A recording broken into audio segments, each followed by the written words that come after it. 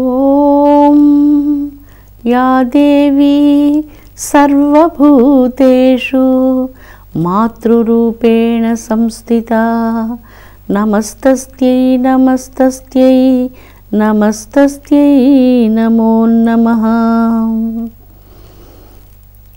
అమృతాత్మస్వరూపులైన మీ అందరికీ మీ తల్లి అవ్యాజ్యమైనటువంటి మాతృప్రేమను అందిస్తూ గాయత్రి మంత్రంలో 20వ బీజమంత్రం ధియో యో నః నః అన్నటువంటి బీజమంత్రం వరుణ గాయత్రి బీజమంత్రం. ఓం జలబింబాయ విద్మహే నీలవర్ణాయ ధీమహి తన్నో వరుణః ప్రచోదయాత్. ఇది వరుణునికి సంబంధించినటువంటి గాయత్రి మంత్రరాజము. నః అన్నటువంటి బీజమంత్రాన్ని ఉచ్చరించడం వలన ధారిణి అన్నటువంటి గ్రంథి వికసిస్తున్నది. ఈ గ్రంథి ఎప్పుడైతే వికసిస్తుందో పుష్పంలో మకరందం స్రవించినట్లుగా ఆ గ్రంథిలో నుంచి ఒక శక్తి స్రవిస్తూ ఉన్నది. ఆ శక్తి నమ్రతా శక్తి కలుగుతూ ఉన్నది. నమ్రతా శక్తి వలన మానవులకు కోమలత్వం కలుగుతుంది, కోమలంగా ఉంటుంది. హృదయం, భావాలు, వినయ విధేయతలు ఎంత విద్యావంతులైనప్పటికీ అహంకారం వలన మనిషికి శోభగలగదు. ఎప్పుడైతే విద్య ఎక్కువగా లేకపోయినప్పటికీ నమ్రత వలన, వినయం వలన, విధేయత వలన హృదయ సౌందర్యం కలుగుతుంది. హృదయ సౌందర్యాన్ని ప్రసాదించడంలో నమ్రతతో సాటి అయినటువంటిది ఏదీ ఉండదు. అందువల్ల గాయత్రి మంత్రంలో ధియో యో నః అన్నటువంటి నః అన్న బీజమంత్ర జపం వలన మానవ హృదయంలో అహంకారం తొలగి వినమ్రత అన్నటువంటిది, నమ్రత అన్నటువంటి అద్భుతమైనటువంటి సుగంధం వెల్లి విరుస్తూ ఉన్నది. నమ్రత వలన హృదయం ప్రకాశం పొందుతుంది, కోమలత్వం అవుతుంది, సారస్వత జ్ఞానం కలుగుతూ ఉన్నది. అంటే మంచి ఆధ్యాత్మిక సారస్వత గ్రంథాలను చదవడం వల్ల కలిగేటువంటి జ్ఞానం. ఒకవేళ గాయత్రి మంత్రం ప్రతినిత్యం జపించడం వలన గ్రంథాలను కూడా పఠించకుండానే గాయత్రీదేవి ప్రకృతిలో ఉన్నటువంటి తన ఆధ్యాత్మిక సాహిత్యంలో ఉన్నటువంటి సర్వజ్ఞానాలను సాధకుల యొక్క హృదయంలో అలాగ నింపివేస్తుంది. అలాంటి ప్రసాదాన్ని కూడా గాయత్రి తల్లి తన భక్తులకు ప్రసాదించగలదు. ఇక్కడ వరుణ భగవానుడు జలశక్తికి అధిష్టాత అని చెప్పుకున్నాం. ద్యులోకాన్ని, ఆకాశాన్ని ఆయన స్తంభింపజేశాడు అంటూ వర్ణించబడింది. అంటే తాను అనుకున్నప్పుడు సృష్టించగలడు, తాను అనుకున్నప్పుడు దానిని స్తంభింపజేయగలడు. ఇది పరబ్రహ్మానికి ఉన్నటువంటి శక్తి. ఇక్కడ వరుణుడు అన్నప్పుడు ద్యులోకాన్ని, భూమిని కూడా ఆయన కొలిచాడు అంటున్నాడు.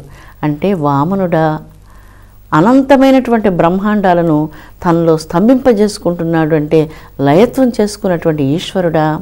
శివకేశవులు ఇద్దరికీ భేదం లేదు, ఆ ఇద్దరూ కలిసినటువంటి పరబ్రహ్ముడా. అలాంటి స్వరూపాన్ని మనం చూస్తూ ఉన్నాం. ఎవ్వరూ లేనటువంటి ప్రదేశంలో ఇద్దరు వ్యక్తులు అత్యంత రహస్యంగా ప్రక్క వాళ్ళకు వినపడనంత గుసగుసగా మాట్లాడుకుంటున్నప్పటికీ వరుణుడు వినగలడు అంటున్నాడు. అలా వినగలిగేటువంటి శక్తి దైవత్వానికి తప్ప మరి దేనికి లేదు. ఒక హృదయంలో ఒక భావం ప్రాదుర్భవించగానే వారికంటే ముందుగా ఆ భావాన్ని గ్రహించగలిగినటువంటి శక్తి వరుణునకు ఉన్నది అంటూ వేదంలో వరుణుని యొక్క శక్తిని గురించి ఇలాగ వర్ణించారు. అందుకే వరుణుడు అన్నప్పుడు రసశక్తికి అధికారి, భావుకత్వాన్ని కలిగించేటువంటి వాడు, కోమలమైనటువంటి భావాలను కలిగించేవాడు, సారస్వత జ్ఞానాన్ని, హృదయంలో దయాళుత్వం, కఠినత్వం అనే దానికంటే దయాళుత్వం అనేటువంటిది 1,000 రెట్లు సర్వశ్రేష్టమైనటువంటిది. కొన్ని సందర్భాల్లో చాలా కటువుగా మనుషులు ప్రవర్తిస్తూ ఉంటారు. నిజానికి అసలు అంత కటువుగా ప్రవర్తించవలసిన అవసరం లేదు. కానీ హృదయంలో ఈ తామసిక, రాజసిక భావాల అలజడి వలన మానవ హృదయంలో అంత కఠినమైనటువంటి కటుభావాలు, కఠినమైనటువంటి వాక్కులు ఉద్భవిస్తూ ఉంటాయి. కానీ గాయత్రి మంత్రం ఎప్పుడైతే మనం జపిస్తామో మన హృదయంలో ఉన్నటువంటి ఈ కట్టుభావాలన్నీ కూడా తొలగిపోతూ ఉన్నాయి. బాగా ఎండలు కాసి గ్రీష్మ ఋతువులో రాళ్ళు కూడా పగిలిపోయేంతటి ఎండలు ఉన్నప్పుడు ఆ గ్రీష్మ ఋతువులో అప్పుడప్పుడు చల్లని జల్లులు పడుతూ ఉంటాయి. ఆ చల్లని జల్లుల వలన గ్రీష్మ తాపం కొంత తగ్గుతూ ఉంటుంది. ఆ వేడి యొక్క బాధ కొంత శమిస్తూ ఉంటుంది. అదేవిధంగా గాయత్రి మంత్రాన్ని ఎప్పుడైతే జపిస్తారో హృదయంలో ఉన్నటువంటి ఈ గ్రీష్మ తాపం వంటి ఈ కటుభావాలు, ఈ కఠినమైనటువంటి హృదయం ఇవన్నీ తొలగిపోయి క్రమంగా మానవ హృదయం దయాళుత్వంతో నిండిపోతుంది అంటూ గాయత్రి మంత్రంలో వరుణ గాయత్రి బీజ మంత్రం మనకు తెలియజేస్తుంది. దయాళుత్వము, ప్రతి మానవ హృదయం దయకు సింధువు కావాలి. ఎప్పుడు మనం కఠినత్వానికి ఆలవాలంగా ఉండకూడదు. దయాళుత్వానికి, కరుణకు, పవిత్ర గుణాలకు మనిషి హృదయం సింధువుగా ఉండాలి అంటూ వేద సంస్కృతి తెలియజేస్తుంది. అందరితో కలిసిమెలిసి ఉందాము, అందరినీ ప్రేమిద్దాము, ఐక్యమత్యంతో జీవిస్తాము. ఇదే పదే పదే ఈ భావాలను మనం వేదంలో చూస్తూ ఉంటాం. అలాగా మనం ఐక్యమత్యంతో జీవించాలి అన్నా, మనం అందరినీ ప్రేమించాలి అన్నా, అందరికీ ఆత్మీయతాపూర్వకమైనటువంటి మన హృదయాన్ని అందించాలి అన్నా మన హృదయం కూడా మొదట మన అంతరంగం పవిత్రంగా ఉండాలి. కనుక అలాంటి పవిత్రతను ప్రసాదించేటువంటిది గాయత్రి మహామంత్రరాజం. అంతరంగంలో ఉన్నటువంటి సమస్తములైనటువంటి అవగుణాలన్నిటినీ తొలగించి పవిత్రాతి పవిత్రమైనటువంటి దయాళుత్వాన్ని ప్రసాదించి మానవ జీవితానికే చాలా సౌందర్యాన్ని తీసుకుని వస్తుంది ఈ బీజమంత్రం. గాయత్రి మంత్రంలో నహ అన్న బీజమంత్రాన్ని జపించడం చేత ఈశ్వర ప్రాప్తిని ప్రసాదిస్తున్నది అని మనం చెప్పుకున్నాం. ఈశ్వర ప్రాప్తిని, ఈశ్వరుణ్ణే అనుగ్రహిస్తుంది బీజమంత్రం. ఎందుకంటే వరుణుడు సాక్షాత్ ఈశ్వరుడే గనుక, వరుణుడే వామనుడు గనుక, వరుణుడే విష్ణువు గనుక, వరుణుడే పరమేశ్వరుడు గనుక, అందుకే ఇక్కడ వరుణుని గురించినటువంటి వేదవర్ణనలన్నీ కూడా విష్ణు స్వరూపానికి, ఈశ్వర స్వరూపానికి, ఈ రెండు మిళితమైనటువంటి స్వరూపానికి చాలా దగ్గరగా ఉంటాయి. ఆ రూపాలుగానే మనకు గోచరిస్తుంటారు. కొన్ని మంత్రాలు మనం చదువుతున్నప్పుడు వరుణ మంత్రాలు వరుణుడు ఈశ్వరుడు అని అనిపిస్తుంటాడు. కొన్ని మంత్రాలు చదువుతున్నప్పుడు విష్ణువుని వర్ణించారా అనిపిస్తుంది. కొన్ని మంత్రాలు చదువుతున్నప్పుడు వీరిద్దరిని కలబోసి ఒక రూపం చేసినప్పుడు హరిహర రూపం ఎలా ఉంటుందో ఆ రూపంతో మనకు గోచరిస్తూ ఉంటుంది. వరుణ భావాలు చాలా మధురంగా ఉంటాయి. అమృతవల్లి తీగలలో అద్భుతమైనటువంటి అమృత శక్తిని స్థాపించినటువంటి వాడు. చంద్రకిరణాలలో అమృతత్వం ఉన్నది. ఆ అమృతత్వాన్ని తీసుకునేటువంటి ఒకే ఒక తీగ అమృతవల్లి తీగ. అమావాస్య నుంచి ఈ తీగ పౌర్ణమి వరకు ఆకులు వేస్తూ వస్తుంటుంది. ఈ ఆకులను ఆకుపచ్చ బంగారం అంటారు. సకల వ్యాధులను నశింపచేసేటువంటి శక్తి ఈ ఆకులను స్వీకరించడం వల్ల కలుగుతుంది, లోనికి స్వీకరించడం వల్ల. అంతేకాదు వ్యాధి నిరోధక శక్తి కలుగుతుంది, వయస్సు రాకుండా నిలబెడుతుంది, ముదిమిని నివారిస్తుంది. అంత సర్వోత్కృష్టమైనటువంటిది అమృతవల్లి తీగ. ఈ అమృతవల్లి తీగలో ఈ అమృతత్వాన్ని నింపినటువంటి వాడు వరుణుడు అంటూ చాలా అద్భుతమైనటువంటి మంత్రాలు ఉన్నాయి. ఈ తీగను మృత్యుంజయ హోమానికి ఉపయోగిస్తూ ఉంటారు. ఈ అమృతవల్లి తీగ సర్వసాధారణంగా ఎక్కడంటే అక్కడ మొలుస్తున్నప్పటికీ వెళ్ళి ఈ తీగను సేకరించాలని చూచినప్పుడు వెంటనే కంటికి కనపడదు. అక్కడే ఉన్నా కూడా మన కంటికి కనపడకుండా అదృశ్యంగా ఉండేటువంటి శక్తి ఈ అమృతవల్లి తీగకున్నది. చాలా విచిత్రమైనటువంటిది అమృతవల్లి తీగ. పౌర్ణమి నుంచి తిరిగి అమావాస్య వరకు ఒక్కొక్క రోజు ఒక్కొక్క ఆకును రాల్చి వేస్తూ వచ్చి చిట్ట చివరికి అమావాస్య రోజుకు దిగంబరుడైనటువంటి ఈశ్వరుడు ఎలాగా ఉంటాడో అలాగా మారిపోతుంది, దిగంబరం అయిపోతుంది తీగ. అంటే ఒక్క ఆకు కూడా ఆ తీగ మీద మిగలదు. చాలా విచిత్రంగా ఈ తీగ భూమి మీద మట్టిలో మొలవదు, చెట్ల మీదనే అల్లుకుని ఉంటుంది. గాలిలో ఉన్నటువంటి ఆక్సిజన్ తీసుకుంటూ ఉంటుంది, ప్రాణవాయువుని తీసుకుంటుంది, చంద్రకిరణాలని ఆహారంగా తీసుకుంటుంది. ప్రత్యేకంగా భూమి మీద నుంచి జలాలు అక్కర్లేదు, మట్టి కూడా అక్కర్లేదు. చాలా విచిత్రంగా ఉన్నది కదా. ఇలాంటి తీగలో అమృతత్వాన్ని నింపినటువంటి వాడు వరుణుడు అంటున్నారు. ఈ తీగను మనం 15 రోజుల తర్వాత చూచినప్పుడు పౌర్ణమి తర్వాత అంటే అమావాస్య రోజుకి ఈ తీగ దిగంబరంగా పరిణామం చెందుతుంది. అంటే దిగంబరేశ్వరుడా అన్నట్లు ఉంటుంది. ఈ దిగంబరేశ్వరుడైనటువంటి ఈ తీగను, అమృతవల్లి తీగను గాయత్రీ మంత్రంతోనే సేకరించి ఈ తీగను మృత్యుంజయ మహామంత్రంతో ఈశ్వరుడికి హోమం చేస్తారు. ఇలాగ హోమం చేయడం వలన అపమృత్యువు, అనారోగ్యాల నుంచి విమోచనం కలుగుతుంది. ఇక్కడ ఈ తీగను మనం చూసినప్పుడు వరుణుడు ఈ తీగలో అమృతత్వాన్ని స్థాపిస్తున్నాడు అంటూ ఈ అద్భుత మంత్రరాజ్యాలు తెలియజేస్తున్నాయి. ఇక్కడ ఓషధులన్నిటికీ తండ్రి, ఓషధులన్నిటికీ రాజు, ఓషధులన్నిటినీ పరిపాలించే అధికారి, చక్రవర్తి పరమేశ్వరుడు.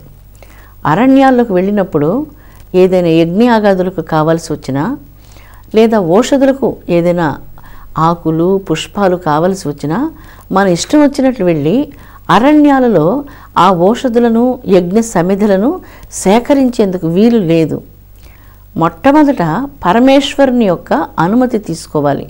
ఆయనను ప్రార్థించి, నేను దర్భలను తీసుకుంటున్నాను, ఈ దర్భలు యజ్ఞం కోసమే, యజ్ఞభూషణైనటువంటి ఈ దర్భలను స్వీకరించేందుకు అనుమతిని ప్రసాదించు ఈశ్వర అంటూ ఈశ్వరుని అనుమతిని తీసుకొని మర్రి వృక్షం దగ్గరికి వెళ్ళి ఆ మర్రి చెట్టు క్రింద రాలినటువంటి ఎండు కొమ్మలను సేకరిస్తూ ఉంటారు. ఇలాగా మోదుగ చెట్టు దగ్గరికి వెళ్ళి ఆ మోదుగ చెట్టు క్రింద ఎండిపోయినటువంటి కొమ్మలను సేకరించి వాటిని యజ్ఞ సమిధలుగా వాటిని వాడుకుంటూ ఉంటారు. అంతేగాని పచ్చని వృక్షాలను వెళ్ళి నరికి ఆ మొక్కలను తీసుకుని వచ్చి మనం హోమం చేసేదానికి అనుమతి లేదు. ఇవన్నీ కూడా ఈశ్వరునికి సంబంధించినటువంటివి. అందువల్ల ఈ అమృతవల్లి తీగలో అమృతత్వాన్ని నింపినటువంటి వాడు, వల్లి తీగలో వల్లి అమృతత్వాన్ని స్థాపన చేసినటువంటి వాడు అన్నప్పుడు సమస్త ఔషధులన్నీ కూడా ఈశ్వరుని యొక్క అధీనంలోనే ఉన్నాయి. ఆ మహామృత్యుంజయుడైనటువంటి ఈశ్వరుని దాటి ఏదీ వెళ్ళలేదు. ఆయన అనుమతి లేకుండా మనం ఏ ఔషధులు వాడినప్పటికీ అవి మనిషికి పని చెయ్యవు. అందుచేతనే ఈశ్వరుని యొక్క అనుమతిని తీసుకోవాలి. ఆయన మహావైద్యనాథేశ్వరుడు, అన్ని వ్యాధులను నశింపచేసేటువంటి గొప్ప వైద్యుడు. అందువల్ల మహామృత్యుంజయ మంత్రం యుగ యుగాల నుంచి జపించబడుతుంది. అనారోగ్యాలు కలిగినప్పుడు, ఎప్పుడైనా తీవ్ర వ్యాధులతో పడక మీద చాలా సంవత్సరాలు పడుకున్నప్పుడు మహామృత్యుంజయ మంత్రాన్ని జపం చేస్తూ ఉంటారు. రుద్రహోమాలను చేస్తూ ఈ అమృతవల్లి తీగలను పరమేశ్వరునికి సమర్పించినప్పుడు వ్యాధుల నుంచి నయమై చాలా త్వరగా స్వస్థతను పొందేటువంటి అవకాశం ఉన్నది. కనుక ఇక్కడ మనం చూసినప్పుడు వరుణుడిని అమృత మృత్యుంజయుడుగా, వైద్యనాథేశ్వరుడుగా ఇలాగా మనకు కనిపిస్తాడు. ఆకాశమంతా వ్యాపించినటువంటి వాడు అంటూ కొన్ని మంత్రాల్లో ఉంది. ఆకాశాన్ని స్తంభింపచేసినటువంటి వాడు, అరణ్యాల్లో అద్భుతమైనటువంటి వృక్షాలకు పైన ఉన్నటువంటి ఆకాశమంతా తానే ఆవరించినటువంటి వాడు అంటూ వర్ణించారు. ఆకాశతత్వం విష్ణుతత్వం. విష్ణువు ఆకాశం వలె సర్వత్రా వ్యాప్తమైనటువంటి వాడు. ఇక్కడ వరుణ భగవానుడు సాక్షాత్ వెంకటేశ్వరుడుగానో, శ్రీరాముడుగానో, శ్రీకృష్ణుడుగానో, శ్రీ మహావిష్ణువుగానో మనకు గోచరిస్తాడు. ఈ మంత్రాలన్నీ చదువుతున్నప్పుడు ఆయన విష్ణువై మన హృదయాన్నంతా ఆక్రమించుకుంటాడు. అంత అపురూపంగా ఉంటుంది విష్ణు వర్ణనలు. ఆ విష్ణు వర్ణనలు సరిగ్గా ఈ వరుణదేవుని యొక్క వర్ణాలకు సరిపోతుంది. అందుకని మిత్రావరుణులు అనేటువంటి ఇక్కడ మనం చూచినప్పుడు వీరిద్దరూ హరిహరుల యొక్క ఏకస్వరూపంగా మనకు ఈ మంత్రరాజ్యాల్లో గోచరిస్తూ ఉన్నారు. వర్షాన్ని కురిపించేవాడు, జీవకోట్లన్నిటినీ రక్షించేవాడు. జలాలు లేకపోతే ఈ ప్రపంచంలో జీవం లేదు. జలం ప్రాణశక్తిని ప్రసాదించేటువంటిది. జలం గణేశుని యొక్క తత్వం, జలస్వరూపమైనటువంటిది వరుణతత్వం. అందుకే జలబింబాయ విద్మహే నీలవర్ణాయ ధీమహి తన్నో వరుణ ప్రచోదయాత్. నీలవర్ణం కలిగినటువంటి వాడు, జలస్వరూపుడైనటువంటి వరుణ భగవానునికి నమస్కరిస్తున్నాము అంటూ ఈ గాయత్రి మంత్రం ఆ వరుణుని యొక్క దివ్యత్వాన్ని శ్లాఘిస్తూ ఉన్నది. జలాలను గురించిన పరిశోధన వచ్చినప్పుడు ప్రొఫెసర్ ఎమిటో గురించి మనం మాట్లాడుకున్నాం. ఆయన జలాల మీద అనేక రకాల పరిశోధనలు చేశారు. ఉత్తర ధ్రువ ప్రాంతం నుంచి జలాలు తీసుకుని వచ్చారు, దక్షిణ ధ్రువ ప్రాంతం నుంచి జలాలు తీసుకుని వచ్చారు. సముద్ర జలాలు, నదీ జలాలు, చిన్న కాలువలలో జలాలు, అనేక సరోవరాలలో ఉన్నటువంటి జలాలు. ఈ జలాల దగ్గరకంతా వెళ్ళినప్పుడు ఆ జలాలతో మాట్లాడుతూ ఉన్నారు. మాట్లాడి రకరకాల భావాలతో మాట్లాడుతున్నారు. ఒకసారి సంతోషంతో మాట్లాడుతున్నారు, ఒకసారి కటువుగా మాట్లాడుతున్నారు, ఒకసారి వెక్కిరింతగా మాట్లాడుతున్నారు. అనేక రకాల భావాలతో మాట్లాడుతున్నప్పుడు జలాలు తన భావాలకు ఎలాగ స్పందిస్తాయి అన్నటువంటిది ఏమిటో ప్రధానమైనటువంటి ఆశయం. ఆ ఆశయ సిద్ధి కోసం ఆయన తన పరిశోధనలను కొనసాగించినప్పుడు చాలా అద్భుతాద్భుతమైనటువంటి రహస్యాలను తన పరిశోధనలలో ఆయన కనుగొన్నారు.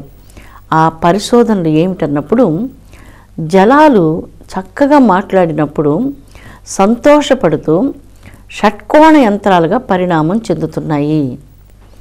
అదే జలాలు ఎప్పుడైతే తిరస్కారపూరితంగా మాట్లాడుతున్నారో ఆ జలాలు చెదిరిపోతూ ఏ విధమైనటువంటి ఆకృతులు ఏర్పడడం లేదు. మనం ఇదివరకు చెప్పుకున్నాం, మనం ఉన్నటువంటి ఈ భూమి బ్లూ ప్లానెట్ అంటారు. బ్లూ ప్లానెట్ అని ఎందుకంటున్నారంటే 80% జలాలతో నిండి ఉన్నటువంటిది ఈ భూమి. ఈ 80% జలాలతో ఉన్నటువంటి ఈ భూమి మీద ఎక్కడ చూసినా మనకు జలాలే గోచరిస్తూ ఉంటాయి. కొంత శాతం మాత్రం భూమి ఉన్నది. భూమి ఎలాగ ఉన్నదో మన శరీరం కూడా అలాగే ఉన్నది. 80% జలంతో మన శరీరం ఉన్నది, మిగిలినటువంటివన్నీ ఇతర తత్వాలు. ఈ 80% జలంలో ఎప్పుడైనా మనిషికి అనారోగ్యం కలిగి శరీరంలో ఉన్నటువంటి జలాలు తగ్గిపోయినప్పుడు మనిషి తేలబడిపోయి అనారోగ్యంతో అలాగే కుప్పగూలి పడిపోతారు. శరీరానికి జలం అంత ప్రధానమైనటువంటిది. ఈ జలాలు ఏమిటో తన పరిశోధనలలో జలాలతో మంచిగా మాట్లాడినప్పుడు జలాలు త్రికోణ యంత్రాలుగా, షట్కోణ యంత్రాలుగా, అనేక యంత్రాలుగా పరిణామం చెందుతూ అవి నవ్వుతూ ఉన్నట్లుగా ఒక అద్భుతమైనటువంటి స్పందనను ఆయన గమనించారు. అదే తిరస్కారపూరితంగా నీ జలాలు బాగలేవు, చేదుగా ఉన్నాయి, నీ పరిసరాలు బాగలేవు, నీవు నాకు నచ్చలేదు, ఇలాగ ఆయన జలాలతో మాట్లాడుతున్నప్పుడు ఆ జలాలన్నీ కూడా ఒక విధమైనటువంటి కలతతో చెదిరిపోతూ ఏ విధమైనటువంటి ఆకృతి అందులో నిర్మాణం కాలేదు అంటూ తెలియజేస్తున్నారు. మానవ శరీరంలో కూడా 80% జలం ఉన్నది కదా. భూమి మీద ఉన్నటువంటి సరోవరాల్లో ఉన్న జలాలే ఈ మాటలకు ఇంత ప్రభావం చూపించినప్పుడు మన శరీరంలో కూడా 80% జలాలు ఉన్నాయి. మన దేహం ఒక భూమితో సమానమైనటువంటిది. ఈ భూమి అనేటువంటి బ్రహ్మాండంలో 80% జలం ఉన్నటువంటి మన శరీరంలో ఎవరైనా మీతో మంచిగా మాట్లాడినప్పుడు, చల్లగా మాట్లాడినప్పుడు, ప్రేమగా మాట్లాడినప్పుడు, మీరంటే మాకు చాలా ఇష్టం, గౌరవం, మీరెన్నో మంచి పనులు చేశారంటూ ఇలాగా మిమ్మల్ని ఆప్యాయతగా, ఆత్మీయతతో మాట్లాడినప్పుడు మీ హృదయం చాలా సంతోషపడుతుంది. అంటే పొగిడించుకోవాలని కూడా కాదు, మీకు సంతోషం కలుగుతుంది. అదే ఎవరైనా వచ్చి నిరంతరం తిట్టుతూ, క్రోధంగా మాట్లాడుతూ, అవమానంగా మాట్లాడుతూ ఇలాగా అవమానం చేసినప్పుడు ఆ హృదయం చెదిరిపోతుంది, మనసు వికలమైపోతుంది. మాటలు భరించలేకనే కదా కొన్ని సందర్భాల్లో ఆత్మహత్యలు కూడా చేసుకుంటూ ఉంటారు.